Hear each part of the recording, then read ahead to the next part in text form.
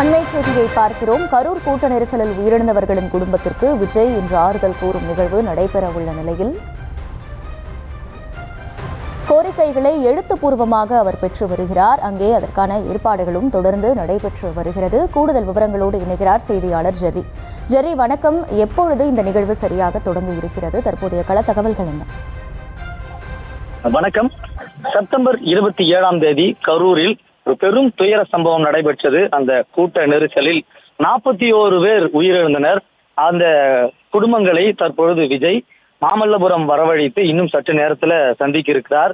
நேற்று மதியமே கரூரில் இருந்து பாதிக்கப்பட்ட குடும்பங்களை 5 பேருந்துகள் மூலம் வரவழைக்கப்பட்டனர். தற்பொழுது மாமல்லபுரத்தில் இருக்கக்கூடிய ஒரு நட்சத்திர விடுதியில் அவர்கள் தங்க வைக்கப்பட்டிருக்கிறார்கள். இன்னும் சற்று நேரத்தில் விஜய் அவர்களை சந்தித்து ஆறுதல் கூற இருக்கிறார். இந்த நிலையில் விஜயிடம் அவர்கள் என்ன பேச போகிறார்கள், விஜய் என்னென்ன விஷயங்கள் எல்லாம் தெரிவிக்க போகிறார்கள் என்ற தகவல்கள் வெளியாகி இருக்கிறது. அதாவது ஒவ்வொரு குடும்பத்தினரையும் தனித்தனியாக சந்திக்கிறார்.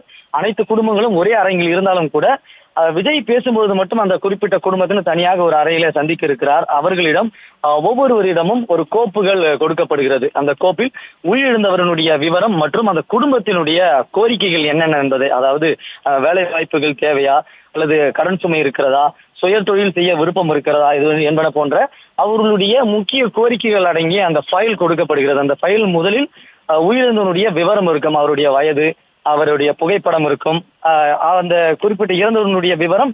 அதன் பிறகுதான் குடும்பத்தினருடைய கோரிக்கைகள் அதில் குறிப்பிட்டிருக்கும். அதை விஜய் பார்த்த பிறகு அவரிடம் அவர் நேரடியாக கேட்டறிகிறார்.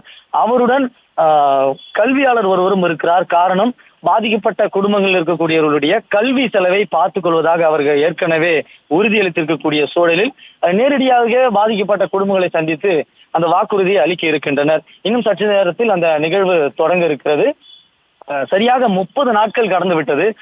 கரூர் துயர சம்பவம் நடந்து பல்வேறு கட்சி தலைவர்கள், பிரமுகர்கள் சென்று பாதிக்கப்பட்ட குடும்பங்களை நேராக சந்தித்து ஆறுதல் தெரிவித்திருக்கக்கூடிய சூழலில் நேரடி தொடர்புடைய தமிழக வெற்றி கழக தலைவர்கள் இதுவரை நேரில் சந்திக்காத சூழலில் தற்பொழுது கரூரில் இருந்து அவர்களை இங்கு வரவழைத்து விஜய் தற்பொழுது சந்திக்க இருக்கிறார்.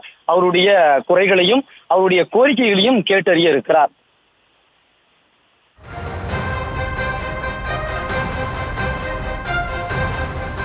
விவரங்களுக்கு நன்றி ஜெர்ரி.